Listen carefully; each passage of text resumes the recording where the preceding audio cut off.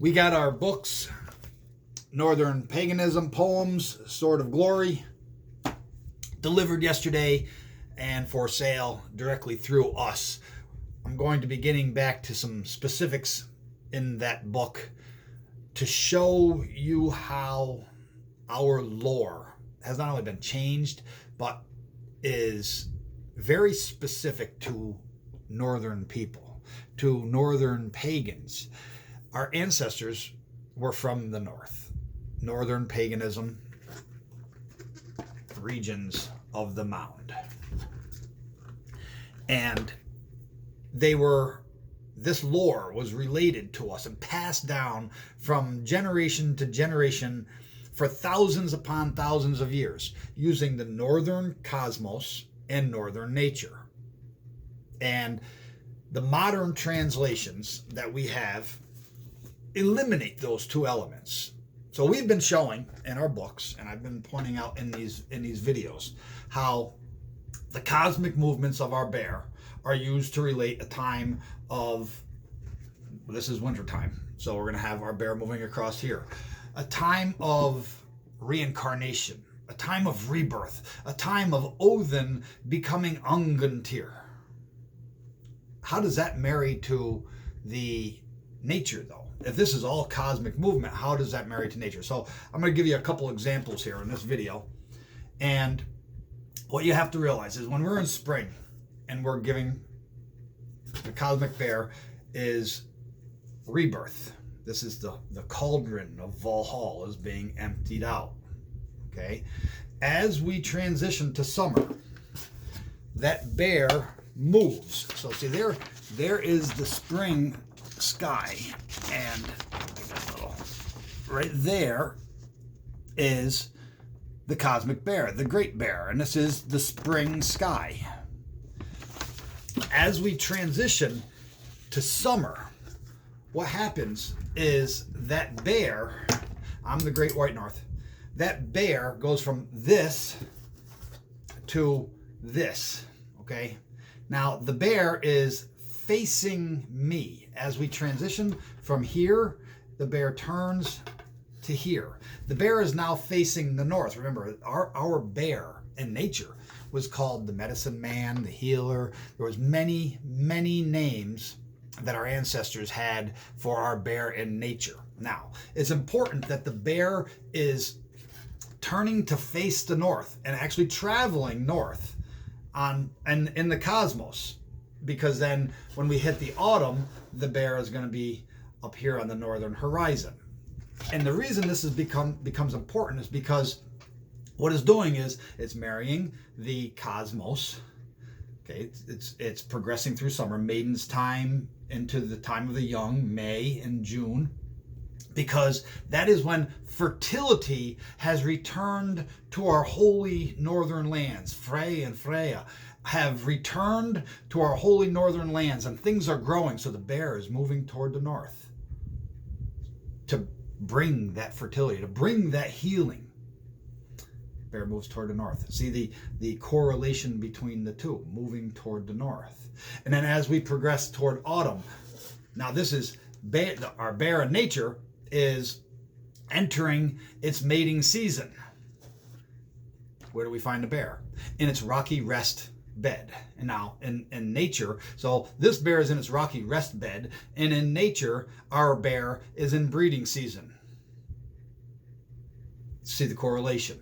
Then as we progress, Freya gives her wake-up call, and as Freya gives her wake-up call and we move out of autumn and into winter, our bear comes up like this. Now, our bear is prominent in the nighttime sky, as our bear in nature is fattening up to move into its den to give rebirth eventually in the spring.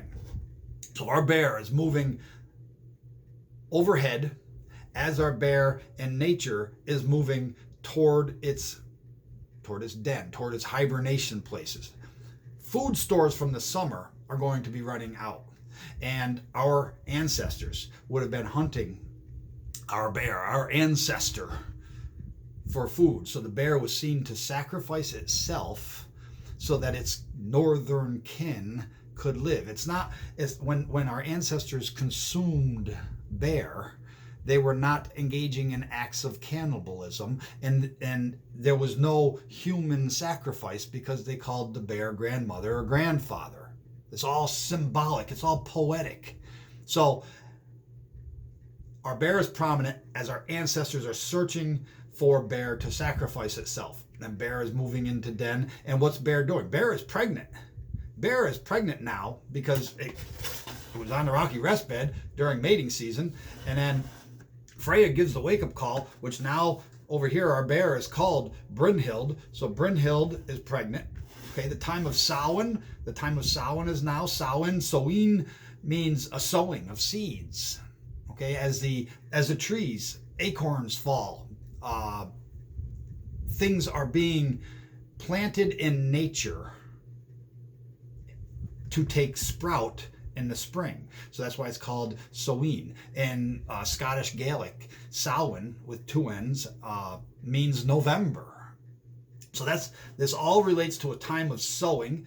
Bear is pregnant. Our ancestors, following the cycles of our bear, remember we were during summertime, as we transitioned into summertime, the milestone, the green leaf pole, everything is green and fertile. Our bear has moved totally toward the north, and our ancestors, following the cycles of our bear and participating in milestone, are procreating to give rebirth, to reincarnate those valiant ancestors who have passed away, so that they will be born following the cycles of our bear in spring.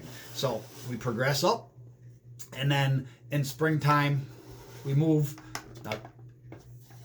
and we give rebirth. So this time of summer, when our bear, if you remember, summer, our bear was moving toward the north to bring fertility. This is seen, if you look at a sky chart, here is the summertime sky chart. Now these sky charts lock your perspective into an instant of time. Like I was showing with the globe where things turn and move, you've got to understand how that takes place. All right, so here's the summertime sky chart. Here's the north, and this is how the bear is going to look. It's moving toward the northern horizon, toward the holy lands of the north. And the holy mead horn is, see, this is you. The black X right there is you, and this right here is that's the center beam. That is the famous roof beam, the cosmic axis. So our bear, our holy mead horn, is being emptied out upon you as our bear moves toward the north, the holy lands of the north. So that was summer. Now, once our bear gets up to the horizon in autumn, and it's in its rocky rest bed, and it's mating season for our bear in nature, then our bear is upon the north. There is the rocky rest bed. There is what's called in our lore the Thulian seat in the heathen altar, and our bear is upon that seat. Oh, Stular Tholio. Odin is said to be upon the Thulian seat. We put that in our books. And like I said, the bear is depicted this way in that sky chart. Then we move to the winter time. Freya gives her wake-up call. And the bear comes off the heathen altar, and the bear moves up and overhead. And that's exactly what we see in the sky charts. There's the bear overhead. And we also have Thor here leading in our bear as he made an eternal oath to do so. So that's nature married to the cosmos in our northern lands. This lore is very, very specific to us and our ancestry. It's folkish. It's ancestral. Now, returning to Northern Paganism poem, Sword of Glory. We show so much more in our books than what I'm discussing right here and now with this link between the cosmos and nature. If we go to Seeger Drifumal, stanza 20. We spoke about that stanza once before when I said about how it talks about our evil is destined all. This is Brynhild, the victory driver. That's what Seeger drivu mal means. Victory, Seeger, drivu. The F is sounded like a V. Old Norse languages. I'm not going to go into that right now.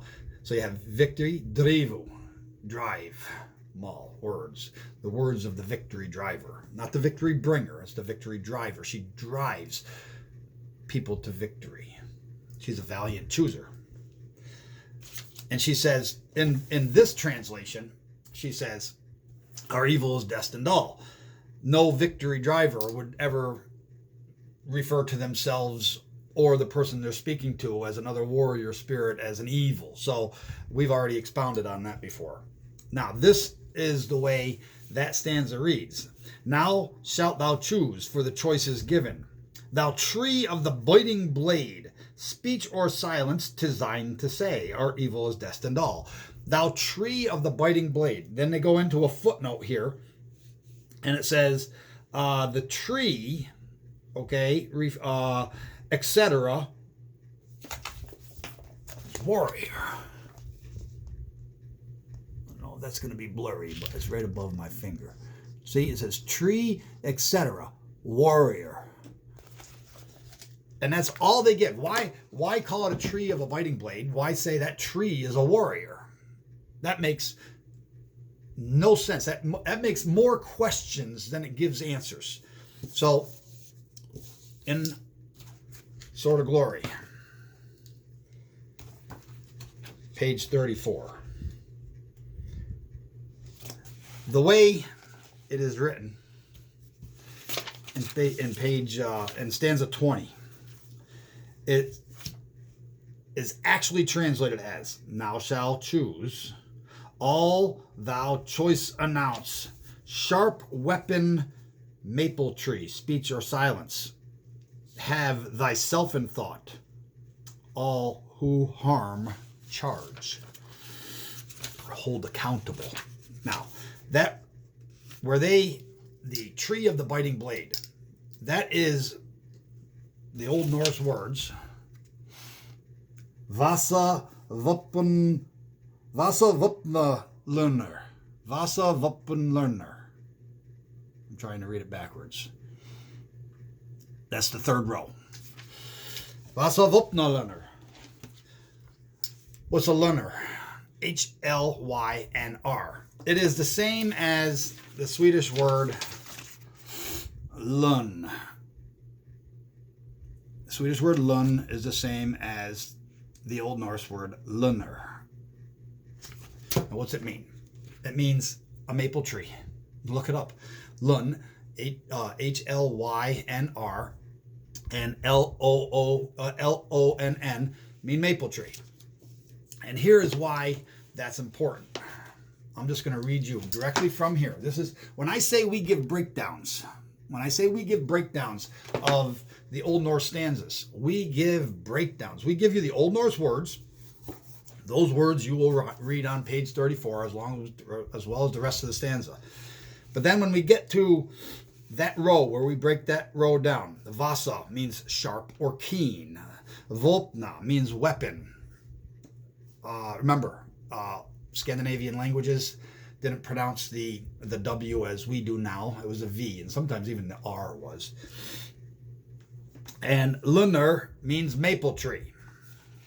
Then we indent a little bit. It is important to maintain the specificity of the tree that Brynhild states. She specifically states the maple tree, Old Norse Lun, Lunar, Swedish Lun. She is speaking to Sigurd, so is calling him the sharp weapon of the maple tree. Why a maple tree? In spring, the maple gives her blood for syrup and sugars for mead. Just like all nature is beginning to experience snow and ice melts and waters flow.